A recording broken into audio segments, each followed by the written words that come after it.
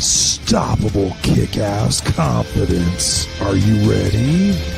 Welcome to the Raw and Unscripted show with Christopher Rausch, where we help you overcome your self-created crap without the self-help fluffy bullshit. Now please welcome our host, Christopher Rausch.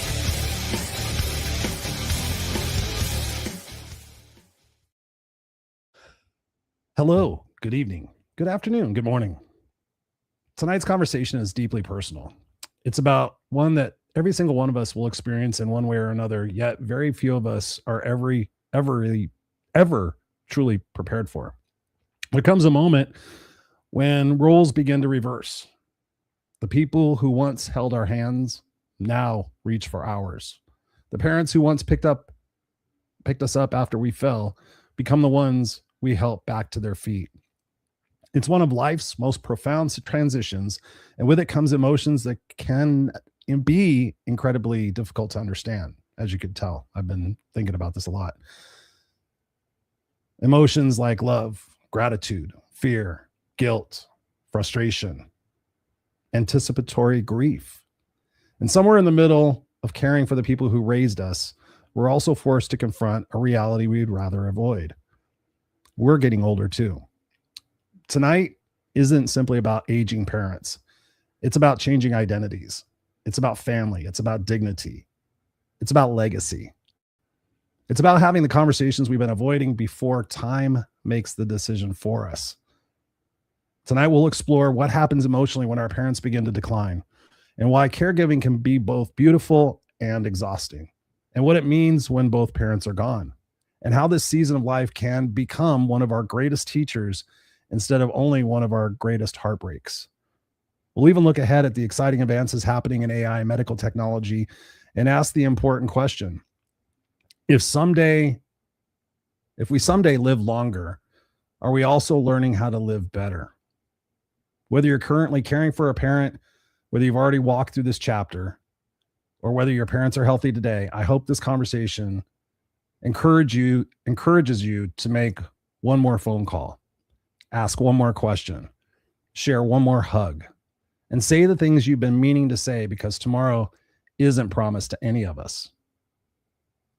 Hi guys, it's Christopher Rausch, your No Excuses coach, and the host of this amazing podcast called Raw and Unscripted.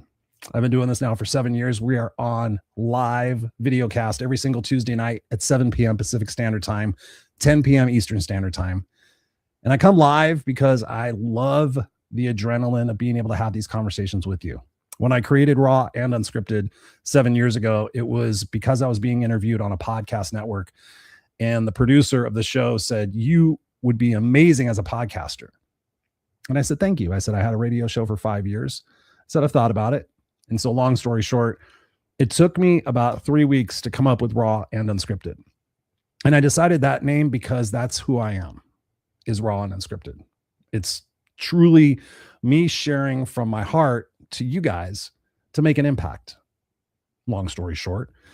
And so I appreciate each and every one of you who listens to this, who watches this, who shares this, who sends me emails. By the way, it's info@noexcusescoach.com. Sends me emails, sends me Facebook messages, Instagram messages, TikTok messages, YouTube messages, all of them. I'm so grateful for you guys, because to know that what's in my heart and what's in my head is hitting you in your life, wherever you're at. We're in 100+ countries right now.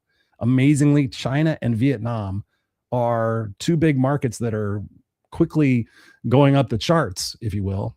And I'm so honored by that, because, at the end of the day, I believe that we're all more the same than we are different, no matter what the color of our skin is, no matter what our sexual orientation is, no matter what God we pray to, no matter any of the identities and the labels that society puts on us.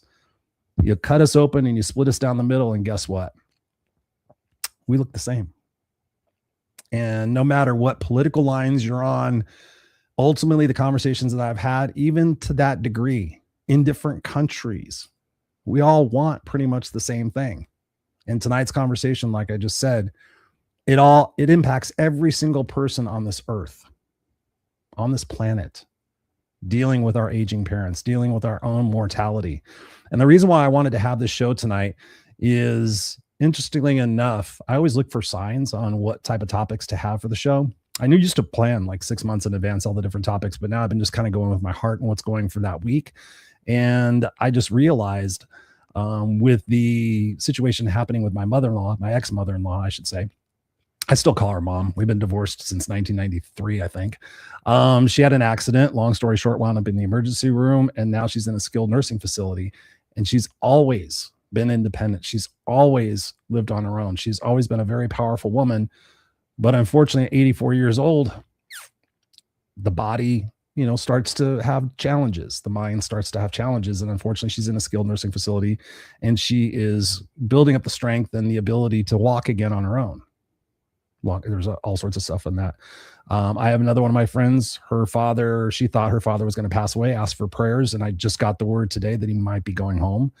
I have probably, no word of a lie, probably 7 people in my life who are dealing with their parents now needing as much care as their kids do. And trying to process that is a challenge. And tonight we're going to talk about the fact that when, there's the great situation where you love your parents more than anything in the world, and they did an amazing job with you and they gave you everything. And then you also have my situation where I grew up with a mother who was physically, mentally abusive, had several different psychiatric disorders, chemical dependencies. And ultimately, if you don't know, I wound up being homeless at the age of 13 years old and 7th grade dropout. And the next 4 years of my life were complete hell. And one of the reasons why I do this show is because I was able to learn and develop strategies for me to be able to be stronger and for me to be able to make different choices, and ultimately wind up with a master's degree the same year I bought my first house, I was 30. I spent a lot of years in school. It was 12 years in school altogether, so I've got a lot of experience. And so I decided tonight that it would be pretty cool to have this conversation with you, because I know a lot of people who are dealing with it. I know a lot of people that are going to be dealing with it. I know a lot of people who have dealt with it. And so let's talk about that. But first, I feel like I'm talking slower than I usually do, probably more deliberately. People have asked me, so thank you very much, have asked me to talk slower, and I think I'd be more intentional about that. But if you missed it, last week we talked about non-negotiables. If you missed last week's episode, very impactful. Quite a few people really enjoyed that, and everybody got something out of it. A few people got a few things out of it. And basically, it's the non-negotiables in your life, where you draw your boundaries, where you sit there and say, you know what, my non-negotiable is that I'm going to drink a gallon of water a day. My non-negotiable is that I'm going to catch myself when I'm talking badly to myself and change the script.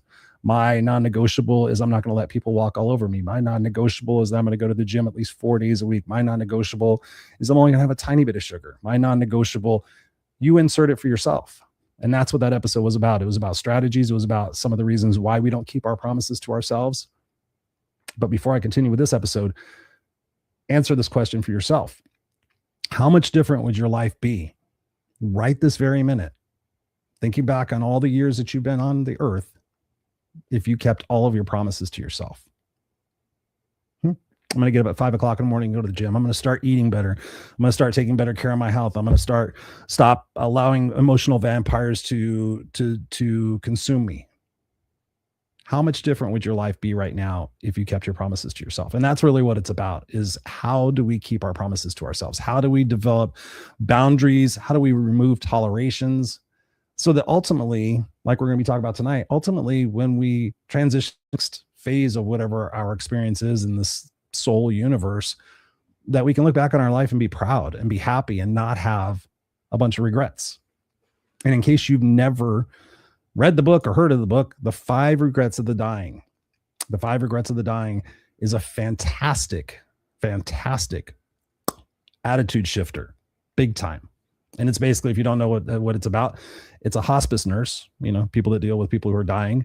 A hospice nurse wrote this book, and basically it was as a result of all the people in their experience who were dying and the regrets that they shared with them. And the number one regret that they shared was that they lived the life they thought they were supposed to live and didn't live the life that they wanted to live. Okay. How's that for impact? Appreciate all of you people being here, and let's just get right into it tonight. So I want to I want to talk about the fact that some statistics that are happening right now. Right now, roughly 1 in 4 American adults is providing care for their parents. Nearly 3 in 10 caregivers are simultaneously supporting children and adults in the classic sandwich generation. So I know people that are taking care of their aging parents and also taking care of their kids. And they're in the middle of this, the Gen X generation, pretty much. More than 40% of the high intensity care, more than 40% high intensity care, yet only about 22% receive training for the medical or practical responsibilities they assume. So we just wing it. We figure it out. Love doesn't automatically prepare us to become nurses, advocates, financial managers, decision makers, and crisis coordinators. I know from my personal experience, my mother, for those of you who don't know, the last 2 years of her life were basically a downward fall in her health. And it all started with her dog biting her hand and it getting infected. And then that resulted in the fact that her blood pressure was going up, and it resulted in a carotid endarterectomy, where they had to go into her carotid, femoral bypass, all these different things. And progressively, she just got weaker and slower and stopped enjoying life. And I'm happy and I'm proud to say that I was there when she took her last breath. And it's a trip when your parents are no longer with you. And some of you may have experienced that. Some of you will experience that. When you're the last kid left and you realize, wow, there's nobody there who knows my childhood. There's nobody there that can answer the questions that once could be answered. And it's pretty crazy.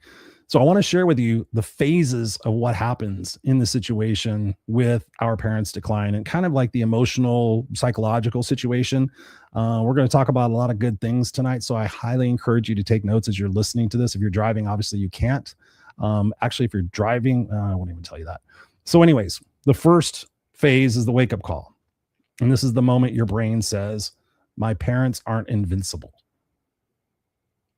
My parents aren't invincible. And sometimes it's obvious. It's usually kind of like I just said, falling down a staircase of events that happen. I can't tell you how many times, and it's crazy, a broken hip is the starting point for everything. So for me personally, I work on my balance quite a bit. Actually, I'm hiring a personal trainer to do 10 sessions to work specifically on my balance. Because as we get older, our balance gets a little fucked up. We fall down, we break our hip. Guess what? We wind up at the hospital. We wind up at a skilled nursing facility, medications, and all sorts of different things. Our brain, there's a lot of different things that happen. And so I've seen situations where someone's dad fell, and that became the staircase of events that started to happen. Mom gets lost driving. Oh, and you're like, what was I going to say? What was I going to say? What was I going to say? And then I find out, 6 months later, oh, my mom has dementia. Oh, my mom has Alzheimer's. I had one friend, her mom got Alzheimer's and her dad got dementia. Pretty much one right after another. You want to talk about a staircase of events and the emotional roller coaster that what she went through? And I heard it firsthand. Dear friend of mine. A stroke. Something happens, a stroke, a heart attack, things of that nature.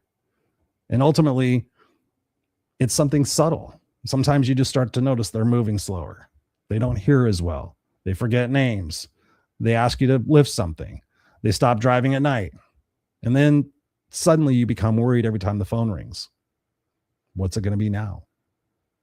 Phase 2 is the denial. And we often minimize what we're seeing. Right? Oh, mom and dad are so powerful. I was going to show you some pictures tonight, but I'm just not going to have enough time because there's so much I want to pack into this episode. So then we start in the denial phase. They're just getting a little bit older. Oh, they'll be fine. They've always forgotten things. Oh, they'll bounce back. Why do we do that? Because decline means admitting loss. And none of us likes rehearsing grief. Phase 3. The protector emerges. I know a couple of my friends right now, they're in this situation. Without realizing it, our instincts reverse. We start checking on them. We start calling more. We start watching how they walk. We start checking their medications. And suddenly we're parenting for our parents. And that shift is emotionally enormous. You can chime in the chat if you've experienced this or you're experiencing this or you know somebody who's experienced this. Phase 4 is resistance. And this stage can be very exhausting. Parents often fight the help that they need. I can't tell you how many times I've talked to people and they're like, oh yeah, I gotta do something about my parents that, my dad's, hit 3 things in the last 6 months. I gotta take his keys away.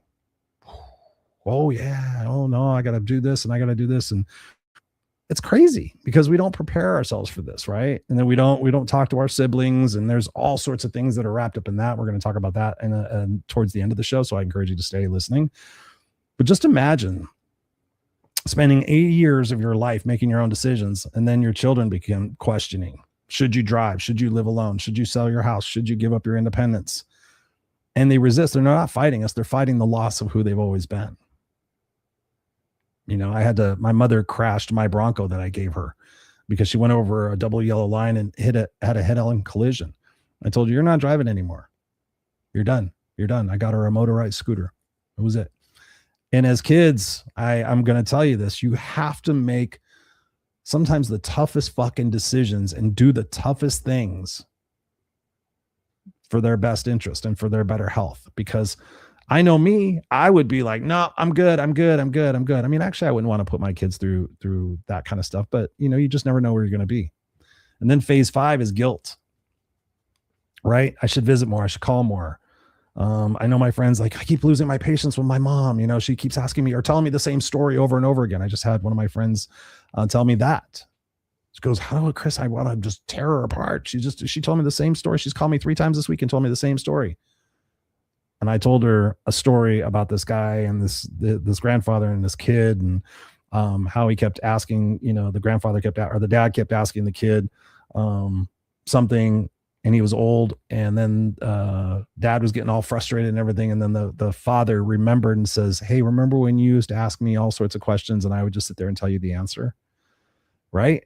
But it is a signal. It's a signal that they need help. And I know for me, in my story, which you guys can check out, my autobiography is going to be out here this fall. It's Just You and Me Kid. If you go to itsjustyoumandmekid.com, story about my life and my mother and that entire experience, which I'm certain, especially now, is going to help a lot of people. But guilt, right? Oh man, it could be impossible. And because you never know what the finish line is. You never talk about this with your parents. So I highly encourage you, I'm going to say this many times, have that conversation now. Have that conversation with your kids. If you're older, if you're in your 60s, 70s, or 80, like, okay, here's the plan. Here's the skilled nursing facility I want to go to. And I don't want to jump ahead of myself because I have recommendations, of course, as usual at the end. But phase 6 is grieving someone who's still alive. I had to experience that, right? You're grieving because they're still sitting beside you, and you miss the parent who can remember everything. You miss the one who laughed louder. You miss the one who fixed everything. You miss the one who gave you advice. You miss the one that protected you. You miss the person still here, but a piece of them is already disappearing, and you're realizing they're not going to be here forever. And that grief is incredibly confusing. Phase 7, the identity shift. Like, who am I if my parents need me? Who am I when they no longer recognize me? Who am I after they're gone? It's a mind fuck. It really is. And many people suddenly feel that I don't feel like the kid anymore. Right? You don't feel like the kid anymore. I just had a friend of mine lost his dad. His mom died a few years ago and he just lost his dad. And he's like, dude, even though my siblings are still here, there's something just weird about them not being anymore. Like I got to carry on the legacy. So, it just reminds us that, that life is very fragile. So where does it start? It starts when your parents start asking you to drive them somewhere where they once drove you, or you begin, hey, can you come to that medical appointment with me? Or they repeat themselves, or their home becomes harder to maintain. I've seen this a few times. Like, Chris, what do I do? Like, my dad didn't do the dishes. And I had my other friend, her mom burned dinner and almost caught the house on fire. Had to call the fire department. They resist help. Like, oh, I don't need any help. I don't need any help. But, it's clear that they need help. Right. And you begin worrying about them like they once worried about you. So when did you first realize that your parent was getting old? Right? My mother was the strongest person that I ever knew. And until that hand biting incident, and all of a sudden she started going in the hospital and she started taking medications, man. And then the atherosclerosis of smoking and clogging her arteries. It was crazy. And there was one time I was driving her back to one of her skilled nursing facilities, and she was literally crying and sobbing. She goes, I just want it. She lived in a trailer at that point. We got her a trailer and like, okay, here's your motorized scooter. Here's Target. Here's the PetSmart, right? You're safe. This is what we had to do for her. And she was just crying. She goes, I just want to go back to my trailer. I just want it like it was. And I told her mom, and it broke my heart. She's like, we can do this. We can do this. We can do this. We can do this.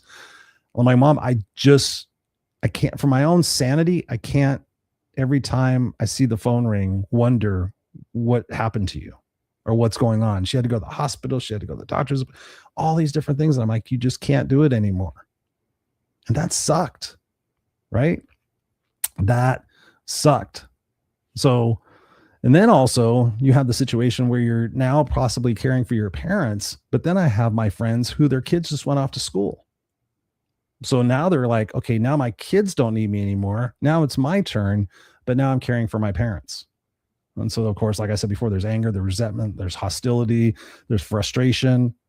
And what I've seen in most people is they don't take care of themselves during this time. I didn't. I was a drastic wreck. I actually crashed my adrenals twice in 2 years because I was just go. Take care of mom, go to work, take care of the house, do these things, take care of mom, go stay with her cats, go walk her dog, go take her to the hospital, go be there for the doctors, blah, blah, blah, blah, blah, blah, blah. And it was just one parent. Right. So there's some crazy psychological stuff that goes on. And so the one thing I really want to stress to you guys is to make sure that you take care of yourself during these times, because as much as they need you, you need to take care of yourself. You need to be there for yourself. Right.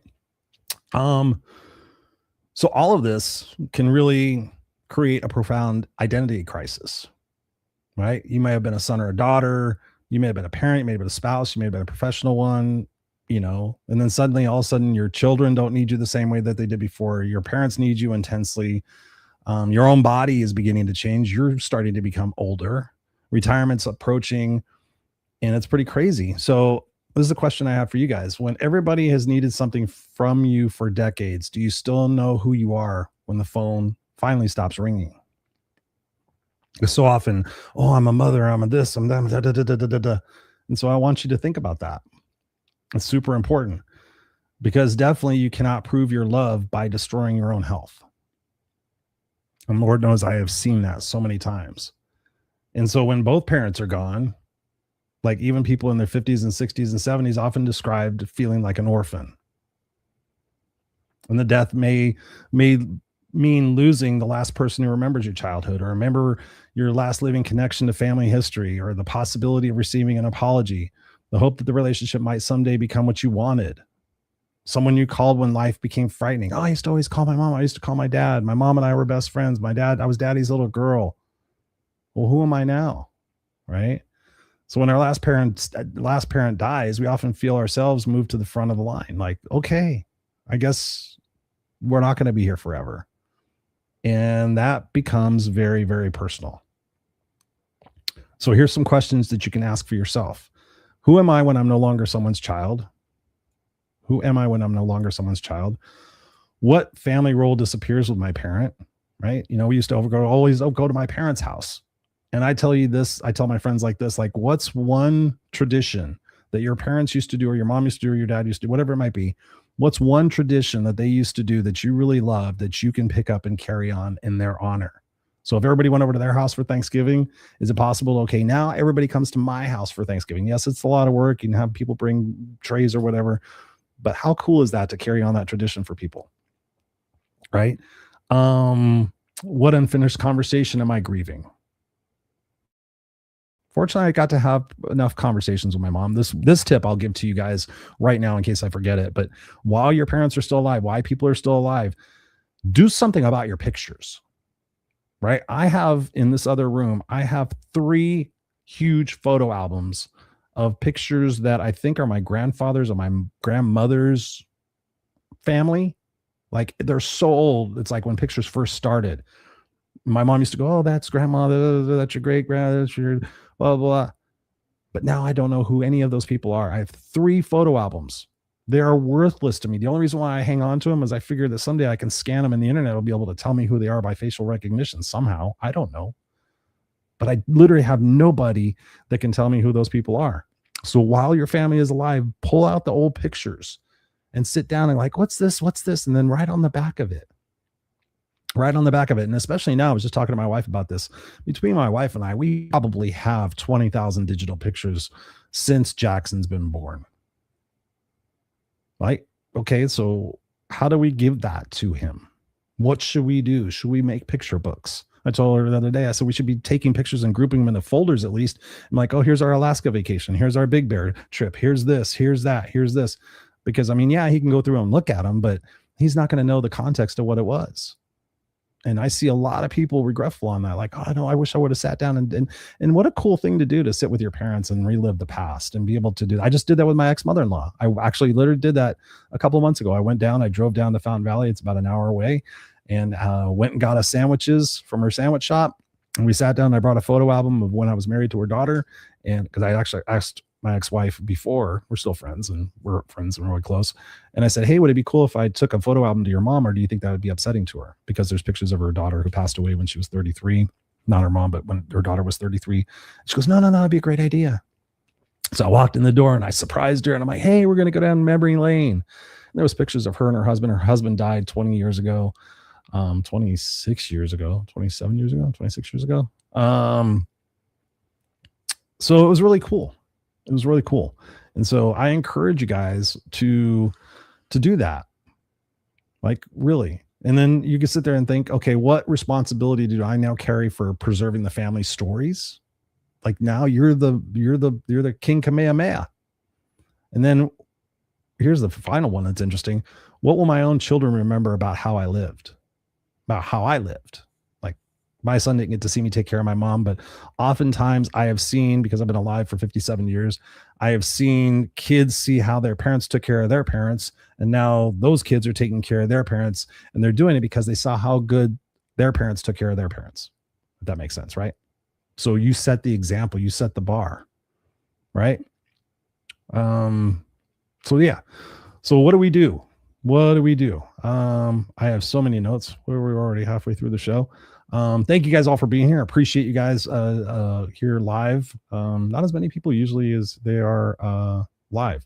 I think when I sat there and I thought about this episode, God honest truth, I thought people are going to see the title and some people are going to look at it and watch it and listen to it because they're experiencing it. And a lot of people won't want to face the truth and the reality, which kind of sucks, but I felt in my heart that I need to do this.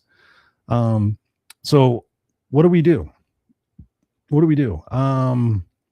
So here, so let's talk about what we can do to keep our brain, our body, and our spirit younger. And I need to start doing some of these things myself. So I thought it was very important that I sat there and I thought about this. Number one, keep learning difficult things. Keep your brain challenged. Learn a new language. Pick up a musical instrument. Start taking an art class. Keep doing things that challenge yourself. I just watched an episode of Limitless, I think it is, with Chris Hemsworth. And he has both of the Alzheimer's genes. And so now he's going off and doing all these things to keep his brain active and hopefully prevent Alzheimer's happening from him. So keep learning difficult things. Maintain relationships. Protect your hearing and your vision. I'm starting to do that. I don't listen to music as loudly as I used to, because no word of a lie, 6 months, a year ago, something like that, I woke up in the middle of the night and I could not hear out of my right ear for probably about 2 minutes.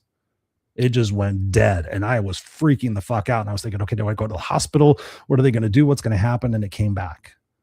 But it scared the living daylights out of me. Losing my eyesight and losing my hearing. I'd rather have dementia.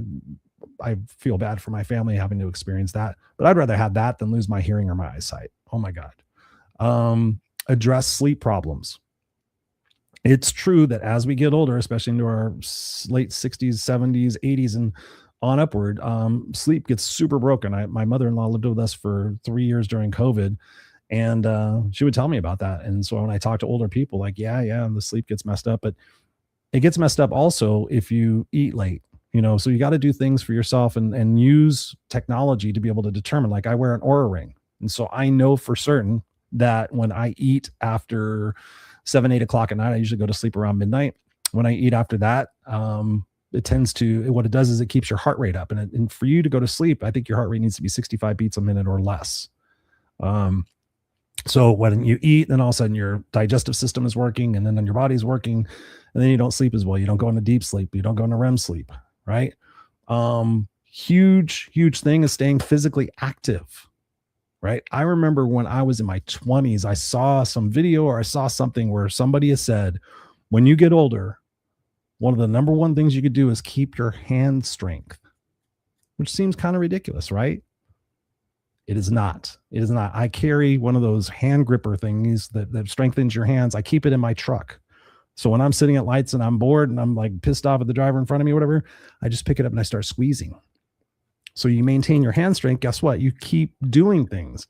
But once your hands start getting weak, guess what? You stop doing things, and then your hands get weaker, and then your other muscles get weaker. Like, sometimes I don't even use power tools because the wrenching, the screwdriver, you use muscles that you don't work out in the gym. And so that's good. Like vacuum and garden and reaching above and doing those things. The people that I know that are happy as older folks in their 70s and 80s, they're still out gardening big time. That's one of the big things I see them doing.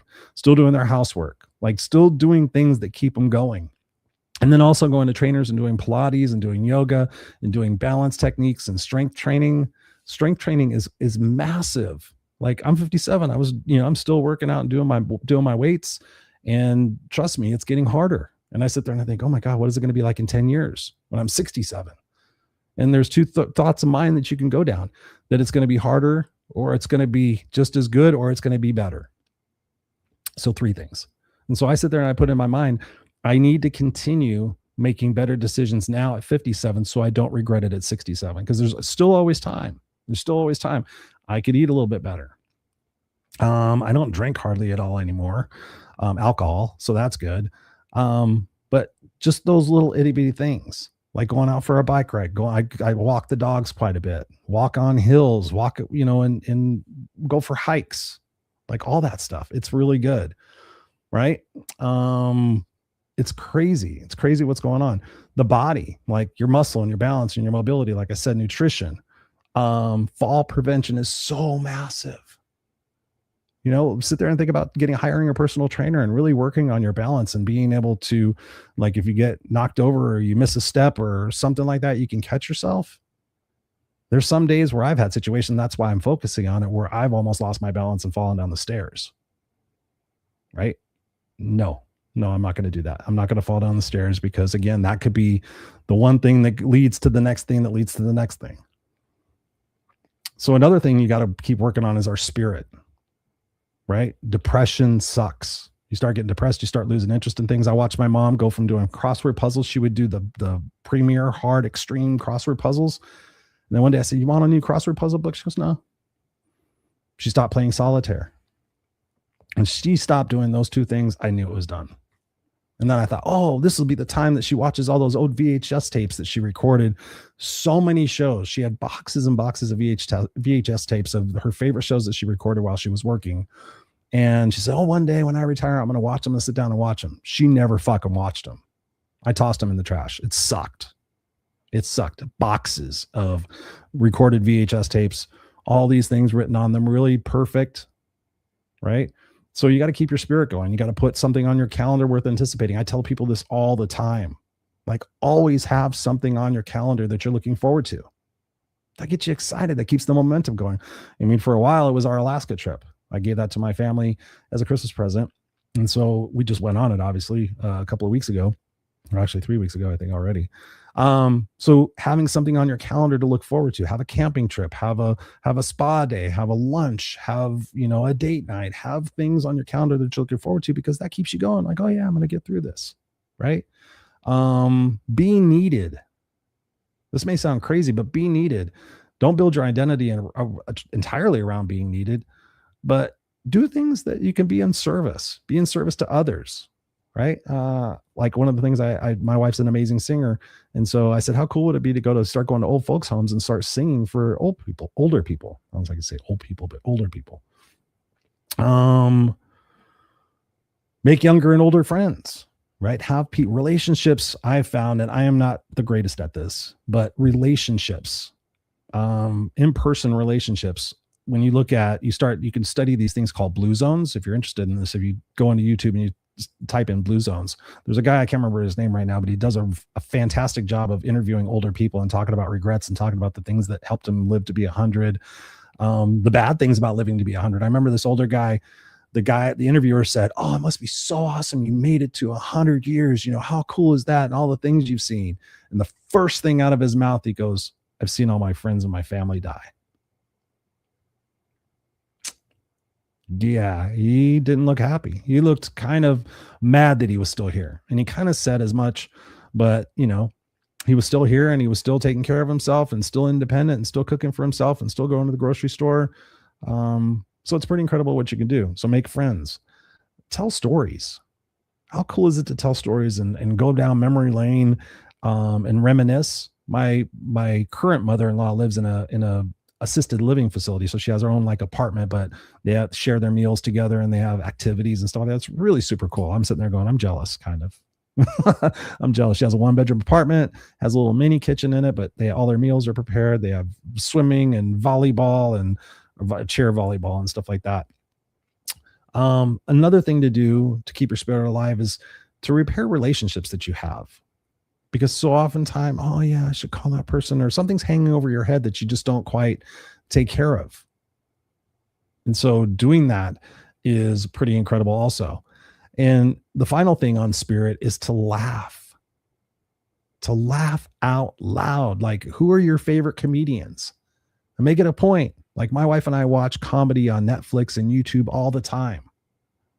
I love doing that. I love watching documentaries about comedians and finding out about their life.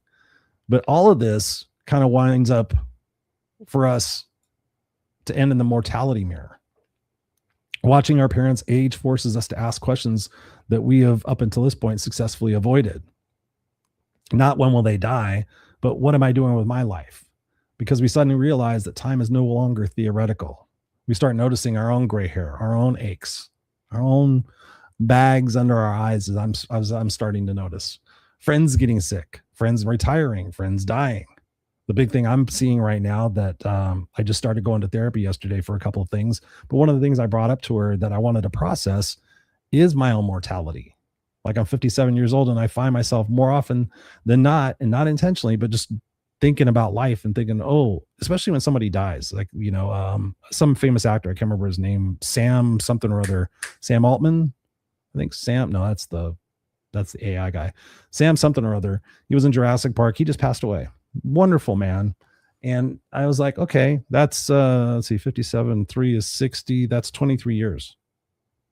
That's 23 Christmases. That's 23 summers. If I live to be 80, that's amazing. Like I'm kind of hoping to my late 70s. I'd like to live long enough to see my son get married and have kids of his own. He's 9.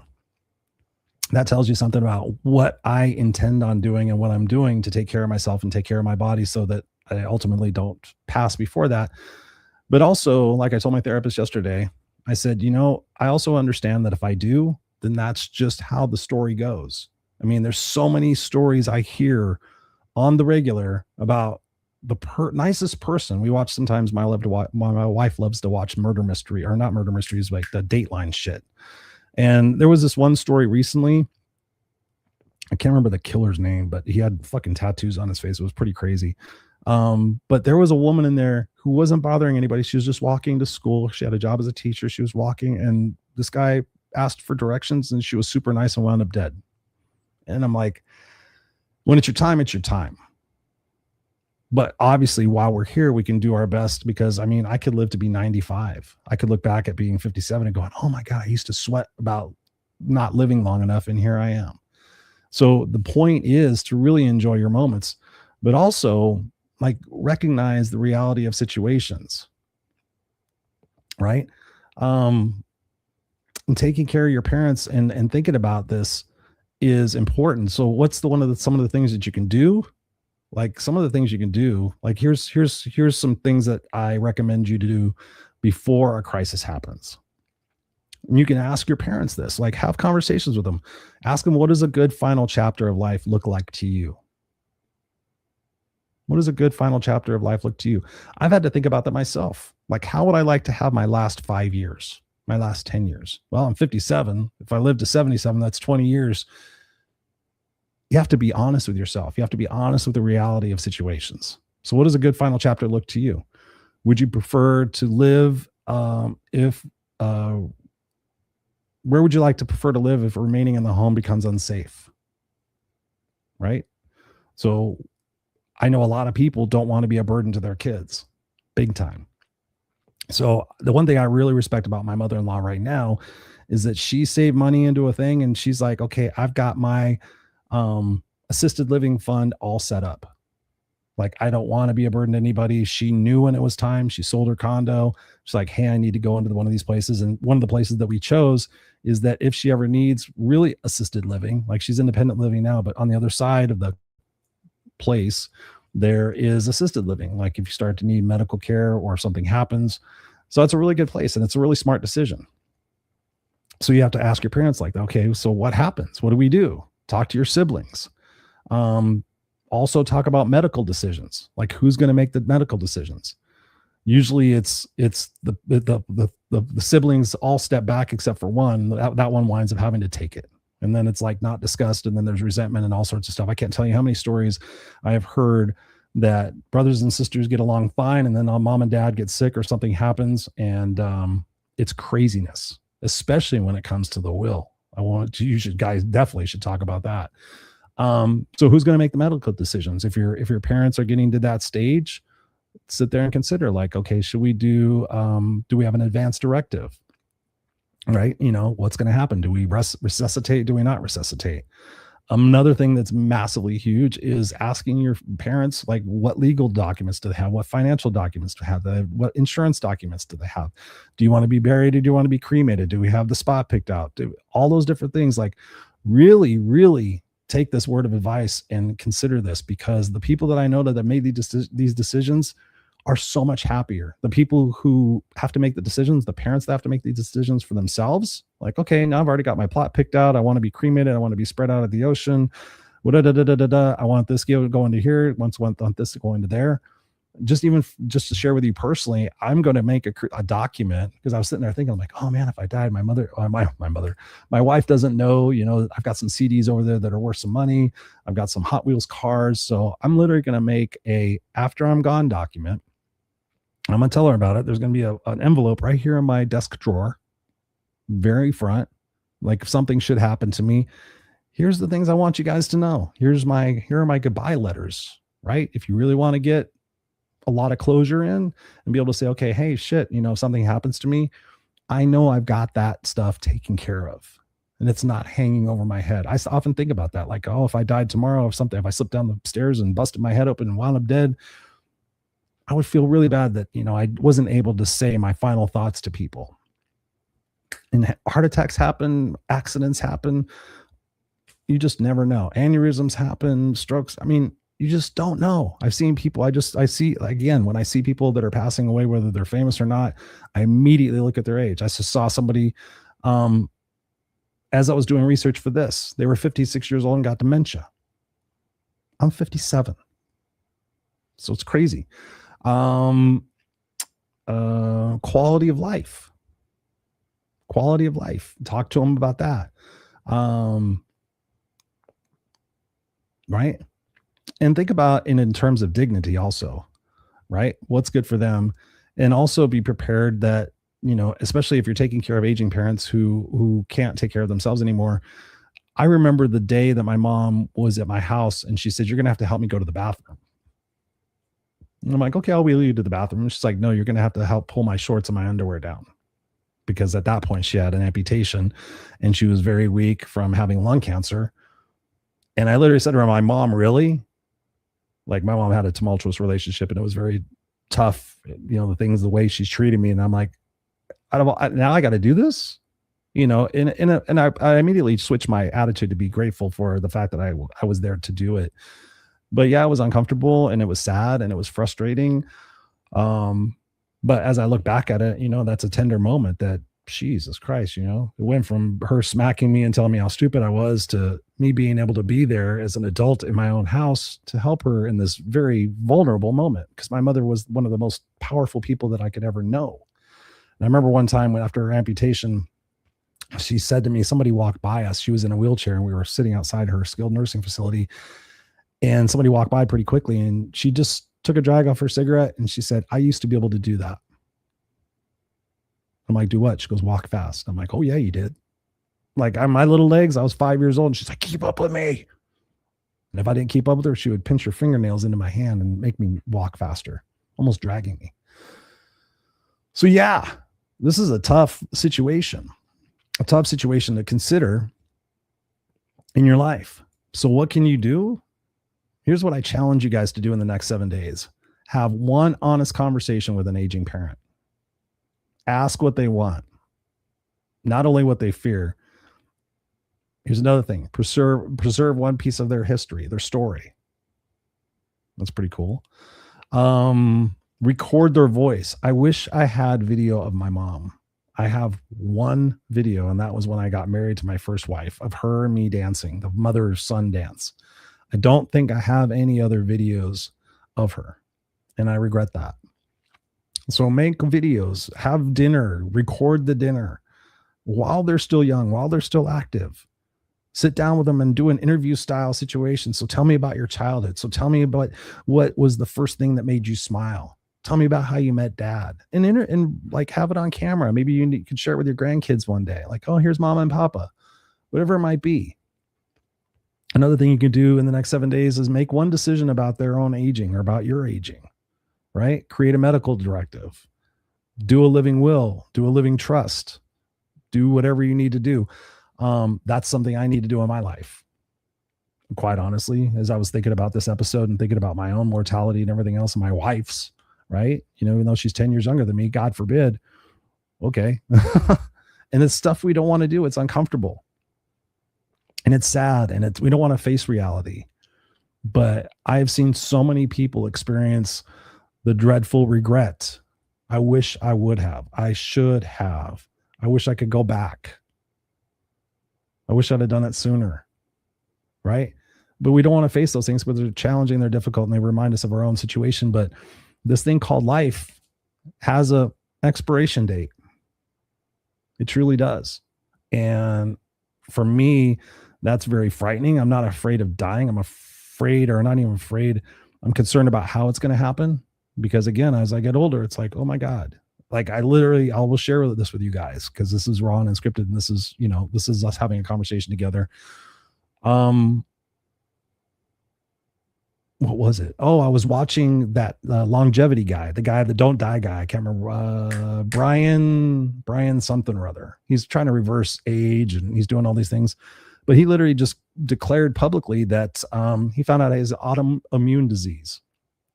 And then what he found out is that his stomach lining is attacking itself. And basically his stomach lining is going to attack itself. And then ultimately what it winds up to be is cancer. And one of the symptoms is low iron and not the ability not to replenish the iron. And if you guys have listened to the show of any point, I've been dealing with that for a year now. And it freaked me the fuck out when I heard this, because I went and Googled it and I was like, I just stopped reading it because I was like, oh my God. And he said, there's nothing they could do. It was basically, it's just a progressive thing over time that he's doing because he's a longevity, Brian something. It's a very easy name. But they're doing all sorts of things and harvesting cells and doing all the shit that he can do because he has millions and millions of dollars. But for me, I was like, oh my God. Like when you think about the reality of life, like I encourage you, I did this episode. It is uncomfortable and it's not my normal thing that I do, but everything I do about the show is about life and about not having regrets and living our best life. And sometimes that means getting vulnerable and getting real and sitting there saying, okay, would I rather have it in place? And if something should happen that I know that it's there, or if you get sick and then you would, oh, I should have done this and I wish I would have done that. Like that sucks. That sucks. Right? So as we wrap up today's conversation, I want to leave you with one final thought. Our parents spend much of their lives preparing us for a future they know they may never see. And then one day, without even realizing it, they begin preparing us for something else, life without them. And that's one of the hard lessons. That's one of the hardest lessons we'll ever learn. But maybe, just maybe, the greatest gift isn't found only in how they raised us.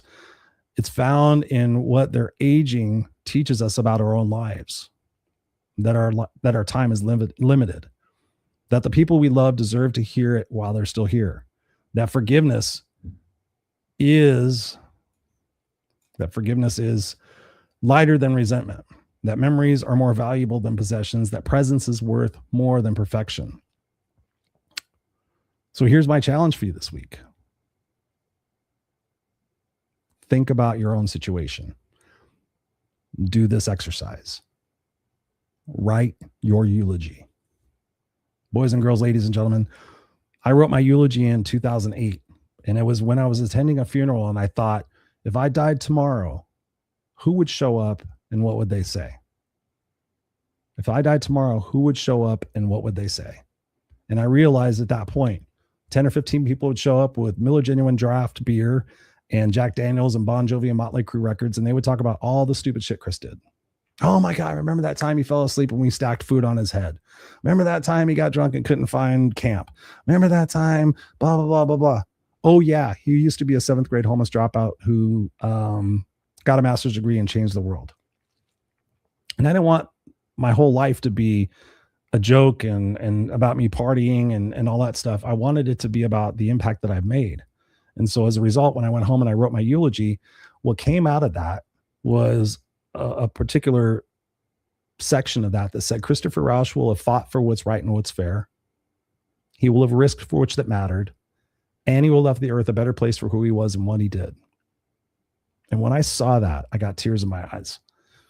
Not boo-hoo cry, but and I thought, why am I crying? And I thought, wow, to be remembered that way, to live intentionally that way every single day. And that's what I want for you. No more games, no more hiding, no more excuses, no more bullshit. Create a life that you're excited about. Have, again, things on your calendar that you're looking forward to. But most importantly, if you have parents that are still with us and you have family that are still with us, have those conversations, do that preparation, do that planning, and you'll feel better about yourself. You'll feel better about the process of life. And that when those extraordinarily emotional situations happen, when you're at wit's end and you're tired and everything, it's laid out for you. It's not, oh, did they have any life insurance policies? I don't have any idea. Oh, where are those? You're trying to freak out and try to figure that all out. And you're trying to figure, okay, how do I get their title of their house? And how do I get their car? Da, da, da, da. Like, you should have that all figured out now. Have that all figured out now. So I would love for you to let me know how this show impacted you. You can send me an email, info@noexcusescoach.com, info@noexcusescoach.com. Send me an email. Send me an email. Let me know what future subjects you would love for me to do. I would love to hear that. If you have questions that you would love for me to answer on the show, send that to me. Or send it to me on social media. I know a lot of you are connected with me in various parts of social media land. Let's do this together. Rising tides raise all boats. I think that's how it's said. I'm not very good at saying some of those things.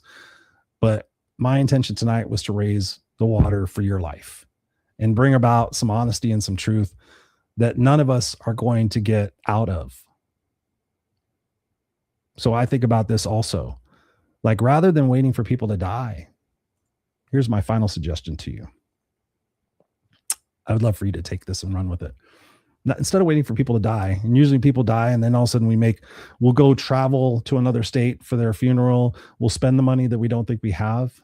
Have living memorials for people right now. If you have a friend group, say you have 7 people in your close friend group, you still get together with your high school buddies or whatever it might be.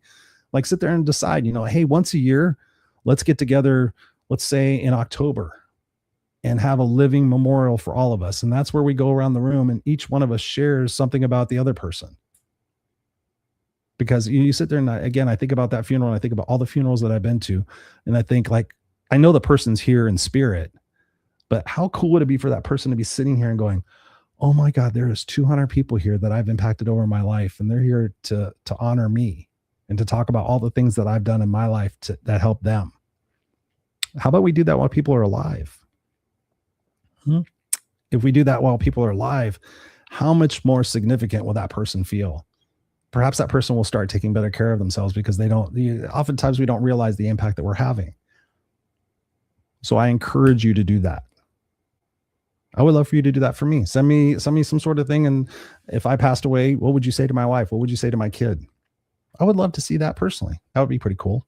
How about that? That's the cost of watching the show and being enlightened about all this. So you can choose to sit there and say, okay, this was a tough conversation and not do anything about it. Or like I always say, like pick 3 things and start doing them and then do them. And you won't regret it. All right. I'll be back here next week. Come join us live on the video cast Tuesday night, 7 p.m. Pacific Standard Time. I always post the links on social media. You can always go to www.rawandunscripted.com. The video's there, YouTube's there, all the podcast platforms are there. If you go to the podcast platforms, you can type it in. We're everywhere. And so I promise we'll be back with a lighthearted show. I might have a guest next week that will be pretty cool. We haven't had too many guests so far this year, but I like to sprinkle them in still because you guys appreciate that. So I love and appreciate each and every one of you. Live a beautiful life. Live each moment and really embrace every breath that you take, every taste that you have, every smell that you get, every hug. Squeeze a little harder because time is precious. Raw Unscripted out. Cheers.